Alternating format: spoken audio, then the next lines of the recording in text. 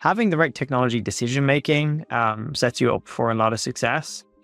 We often see a lot of governance and process being introduced. So when it comes to like error monitoring, logging, how are you tracking mistakes on the APIs and, what might get overloaded and when? I think that's a really big consideration, which is obviously what a lot of you guys spend your time focusing on with your clients and supporting them for. And then I think that the last one is just having a really good buy-in within your technical organization that, you don't get caught up doing the things that the business team should do. Welcome to the Ecommerce Toolbox Expert Perspectives, a podcast by Noibu, where we explore the elite strategies and cutting-edge insights with our expert guests. Get ready to propel your e-commerce business to the next level. Welcome to another episode of the Ecommerce Toolbox Experts Perspective. Joining us today, we have Thomas.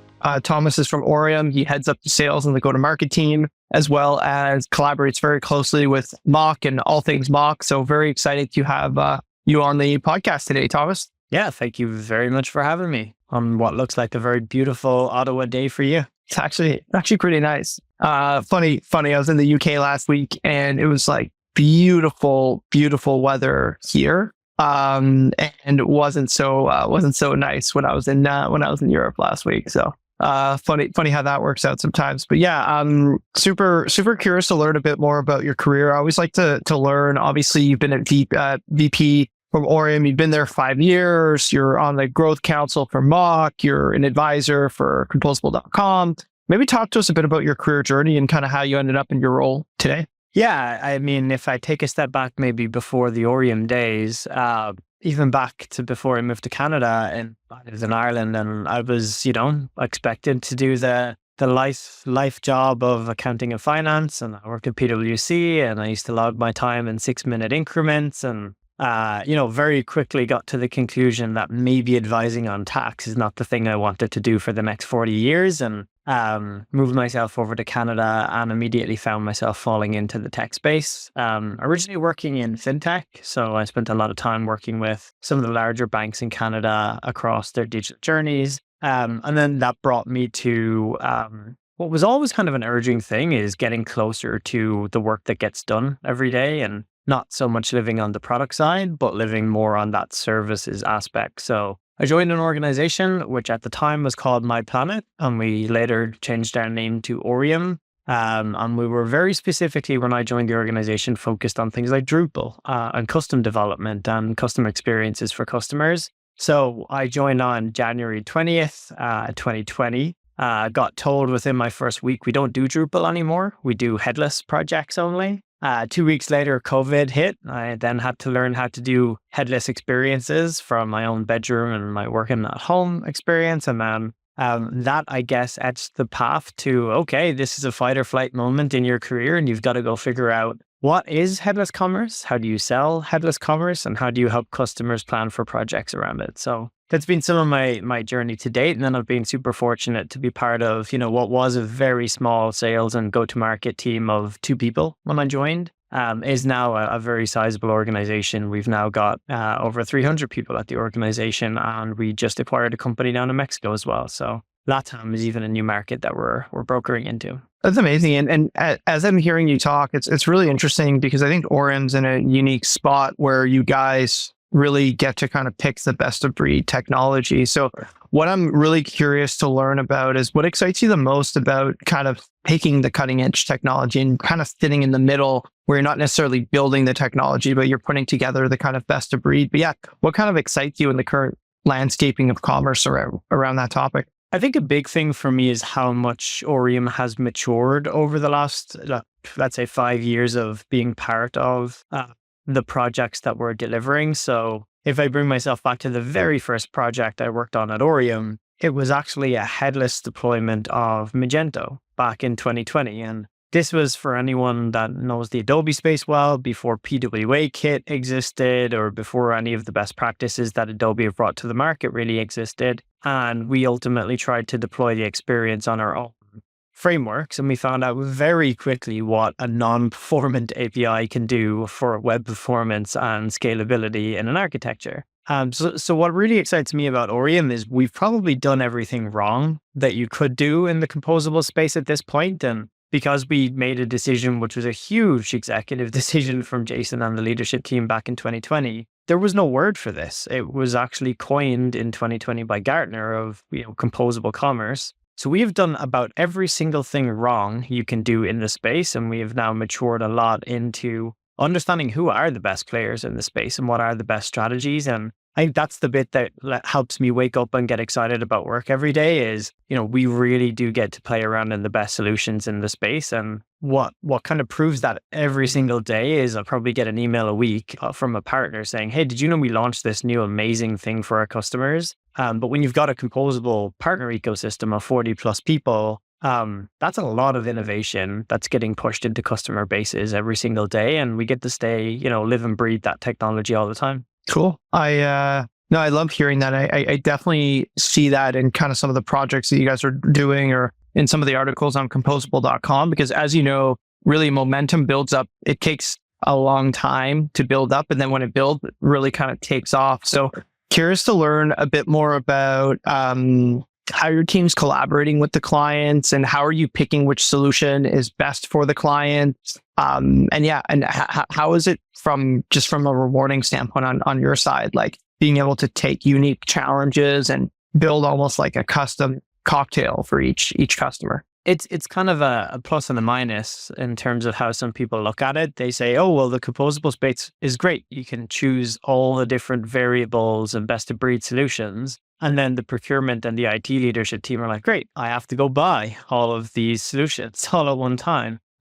So we spend a lot of our practice within the services side really consulting clients over what's really unique that you need to bring into the organization and what's less so unique but still valuable. So we get to make those trade-offs all the time, and it's kind of fun putting the Jenga pieces together, the puzzle pieces together to figure out, how do I think of cost? How do I think of customer value and what I'm delivering? And then how do I think of my internal teams, which is probably the hidden benefactor of a lot of the work that we do is, you'll launch a better experience. It'll be more performant. It'll be accessible. It'll do the things that you couldn't do before. But when you look at the team internally, they get so much more. Like you can remove spreadsheets, you can build automations, you can have, governance and workflows, all just out of the box capability. So we spend a lot of time thinking about, there's the cost aspect, the employee aspect, and then the customer experience aspect, and then bring it all together.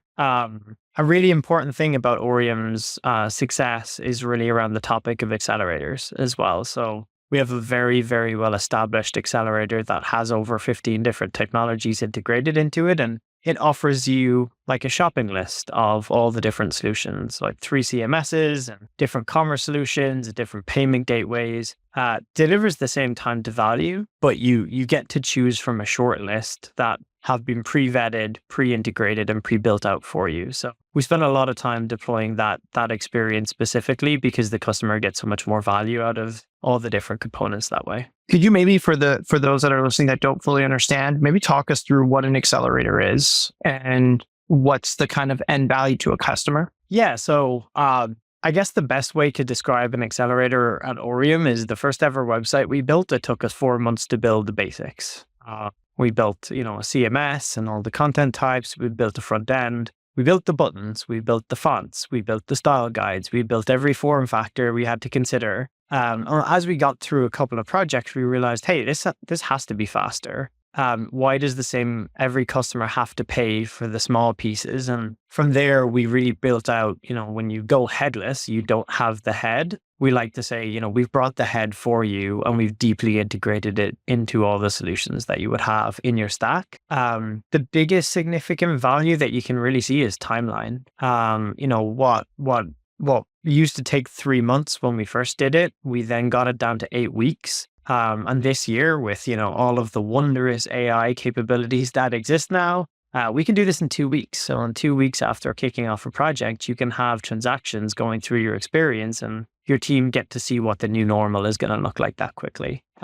So I feel like that's a really big point. And then that's when you get the promise of composable commerce. It's great. Let's build that really crazy thing that would help us stand out in the market, differentiate ourselves and drive better business results. And you get to focus on the customization pieces instead. No, I love that. And I want to kind of pivot the conversation. So let's say that someone is on a monolithic solution and they're interested in composable commerce because they either have a unique business need or to yourself, it's e-com's really, really, really competitive. And some websites are at 5% conversion and some websites are at 1%. And how do you drive your conversion up, right? That's something everyone's thinking about. What are some of the primary kind of technical considerations that people should think about when moving to more of a composable strategy versus being on a monolith? I think a big aspect is whenever you're finding that there's a bottleneck in your organization that you can't achieve specific outcomes that you know would deliver results,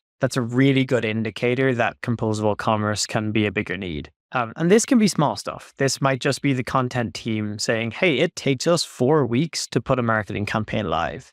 It can be big things like, hey, can we please build a clienteling experience for our stores so we can have, the e-commerce purchases and be aware of what customers are buying online while they're in the store.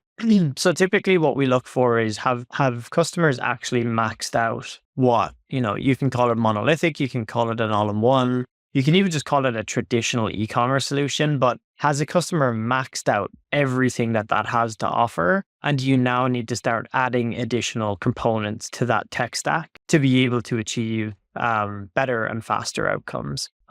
So that's really where we start to focus on the customer experience limitations and the pains in the organization. And then we find modular components to add to your tech stack that are going to deliver better results faster.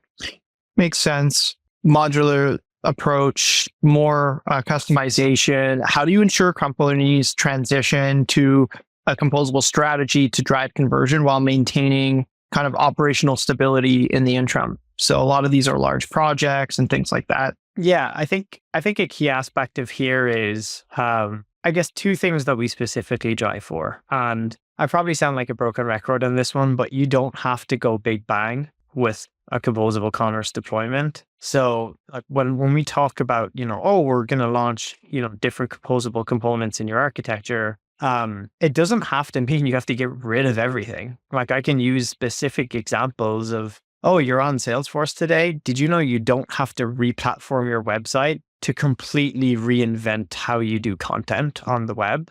You can just buy a CMS. It's literally one extra tool in your organization that's going to deliver those results. So I think that's a really big aspect of, not scaring the whole organization about a big bang strategy and a digital transformation, but finding the specific pain and then adding that resolution in. I think another really big one for us is adopting the MVP mindset and what is that incremental value that you're going to deliver week after week. One of our customers this year, his feedback, the CTO's feedback after we launched is we can now launch features every 2 weeks. And that, getting into the details is really that they could not operate sprints because of the level of testing and instability that an all-in-one solution gave them. But the fact that this organization can write tickets on a board and have a dev team deploy a new feature to marketing every single 2 weeks is the difference between them being able to capitalize on more revenue opportunities to the business. When companies go from monolith to composable, they're taking on more of the decision-making in-house or with partners like Orium. What are some of the strategies that they can deploy to avoid accruing technical debt in that org? Because now you're managing a technical asset. But if you look at and this is just my opinion now, but if you look at all the most valuable companies for the most part, the S&P 500, a lot of them have proprietary technology, right? So to think that you can, effectively what's going to happen is you're going to start to build your own not your own architecture, but your own kind of combination of tools that becomes your own proprietary asset. So obviously that's going to be very important in capturing value from your clients. But yeah, very curious as you start to do that, there's something new called tech debt, and how do you prevent that?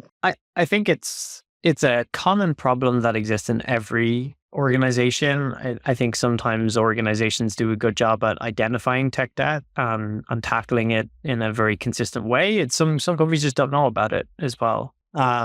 I think a big practice is around choosing the right technologies for the right solutions. As I mentioned earlier, Orium have made every single mistake when it comes to delivering these composable commerce solutions. One of them is choosing the wrong solutions.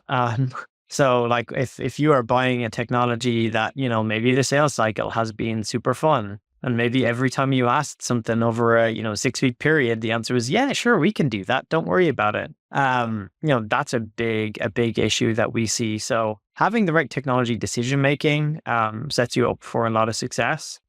We often see a lot of governance and process being introduced. So when it comes to like error monitoring, logging, how are you tracking mistakes on the APIs and, what might get overloaded and when? I think that's a really big consideration, which is obviously what a lot of you guys spend your time focusing on with your clients and supporting them for. And then I think that the last one is just having a really good buy-in within your technical organization that, you don't get caught up doing the things that the business team should do.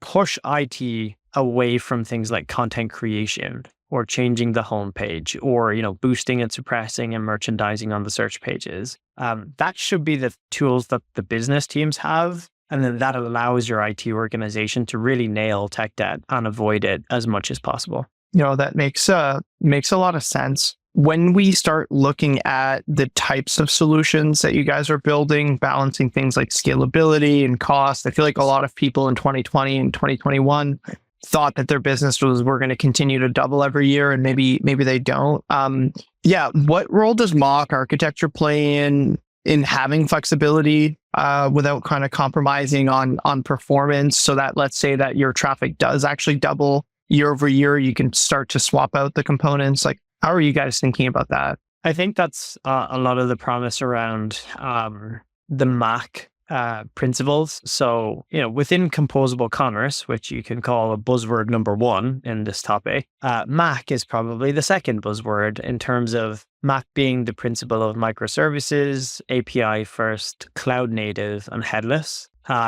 The beauty of a MACH solution is, they're probably in the MACH Alliance, meaning they've been vetted, they've been certified, they've been checked for the quality of their technology solution. And then they deliver on the promise of, hey, we will always scale from a cloud native perspective. It's not, they don't have DevOps within their customer organizations to say, oh yeah, like you have to go ramp up servers in case Black Friday ends up being a big one. That is the promise of what these SaaS products are able to deliver on. And then I think another one is their API first. And that's a really big impact as it comes to innovation in the space and what more you can do in your business. A lot of the companies and customers that we work with have found really creative ways this year to pull data out of these solutions, play around with AI models and AI capabilities, and then push the data back in through either the same or different APIs, which really results in this buy versus build question.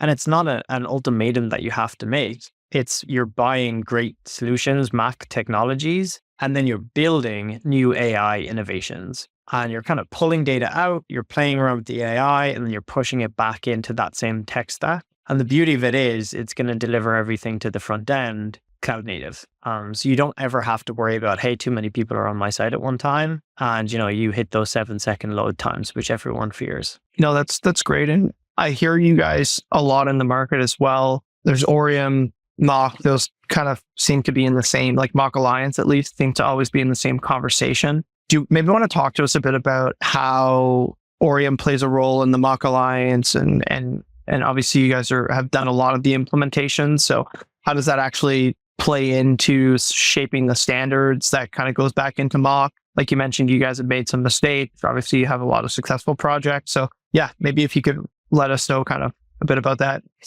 Yeah. So like I mentioned back in 2020, we decided as an organization we were going to specifically focus on composable commerce or headless commerce. We were then one of the earliest MACH Alliance members in North America. So as MACH, which is traditionally European in terms of where it was sourced from, evolved over to North America, we joined that about as fast as we could in terms of, hey, this is what we're doing already, so we should probably jump into this. But it means we've really been able to hone in our practice around, evolving into the best practices that we see. And it really means we can be a trusted advisor for customers as they evaluate these MACH solutions and what best practices are. But what's quite beneficial is we also get to influence a lot of the companies in the MACH Alliance for how they're delivering in a partner ecosystem. And you mentioned Composable.com, which is a thought leadership site that we've built out from Orium's perspective. And we have a lot of thought leadership on that website that really guides how are brands doing this? What are the real life examples of success? What are things that people are looking for and exciting and innovating towards? And then we pull those insights and we actually bring it back into the MACH Alliance and wherever possible, make sure other people are able to adopt similar things. So we've got this kind of like circular factor of Orium's influence on the composable space, benefiting from this huge MACH Alliance, which has over 100 members, and then this composable.com domain where we're able to write that content and make it evident for people of what's available there. And it has now expanded. It's got certifications. So, if somebody listening here wanted to go and learn about composable commerce, you can take a certification. You can actually get something registered after it to say that you've gone through the course. And you can say, great, I can actually hold a very strong conversation in composable commerce now. We also open source the front end library for anyone that wants to try building and any of the technical folks that want to try, customize something or build it for themselves in their organization. There's a full front end library that they can use themselves. And we've just offered it, to anyone that wants it too. Cool. No, that's great. And we talked a bit about the transition from monolith to composable. What are some of the kind of KPIs and thoughts you have post-launch and supporting post-launch as well? So like I mentioned, a big factor is speed and how fast you can get to the market. But once you launch, that's really where the promise of composable is expected to deliver. And we have to hold the bar extremely high for that. So, some of the things that we focus on with our customers is, are you actually able to incrementally deliver features to the business? Is every single 2 weeks, is your team deploying a net new feature that can capitalize on revenue opportunities? I think another one is empowerment of the business. So, homepage management, promotions, checkouts, category strategies, all of that stuff should be taken away from the IT organization after you launch. So one of the biggest impacts that we've seen is actually within Harry Rosen. They've seen a 3x multiple on the velocity that their development teams could deliver within sprints after they launched a composable commerce strategy. And that might sound like a small thing, but a 3x delivery within IT means they actually had 3x the features being deployed month over month in their roadmap, which allowed them to accelerate their investments into digital coming out of COVID. So a lot of it's around how fast can you move? A lot of it's around how much can you enable the business teams? And then the last one for me is making sure that you can hold a really high bar for performance and scalability. So making sure that you're able to quickly fix features. You don't have to end-to-end test to get any changes done within your feature capabilities. And then also your performance, your accessibility, your different form factors. That stuff should be much, much easier to maintain within a headless experience. Agreed. And especially when you look, and you mentioned kind of Harry Rosen by name, but when you look at a brand like Harry Rosen, they're selling primarily other people's clothing, right? Like you can get those on other websites. So what gives you the right to be able to earn that business? And it's providing kind of like an above and beyond digital experience. And like some of the cool things that they have is, some of the features like find your look and being able to really zoom in and upload images and stuff like that. So it's really cool. I think they've done a great job, and obviously by default, you guys as well. And it's really cool. And that's kind of all I wanted to go through with you today. I'm sure we could have stayed on for another 30, 40 minutes. But really wanted to thank you, Thomas, for coming on. And you guys have done some really, really great work. And not only do we appreciate you guys as a partner, but as a thought leader in kind of the space as well. So thanks for hopping on. Yeah, appreciate the time. Big fan of the podcast. And we look forward to listening to many more. Awesome. Thanks, Thomas. The Ecommerce Toolbox Expert Perspectives is brought to you by Noibu. To find out more about Noibu and how we can help you debug your e-commerce site and rocket your revenue, visit www.noibu.com. That's Noibu.com. And then make sure to search for the Ecommerce Toolbox Expert Perspectives on Apple Podcasts, Spotify, Google Podcasts, or anywhere else podcasts are found, and click subscribe so you don't miss out on any future episodes. On behalf of the team here at Noibu, thanks for listening.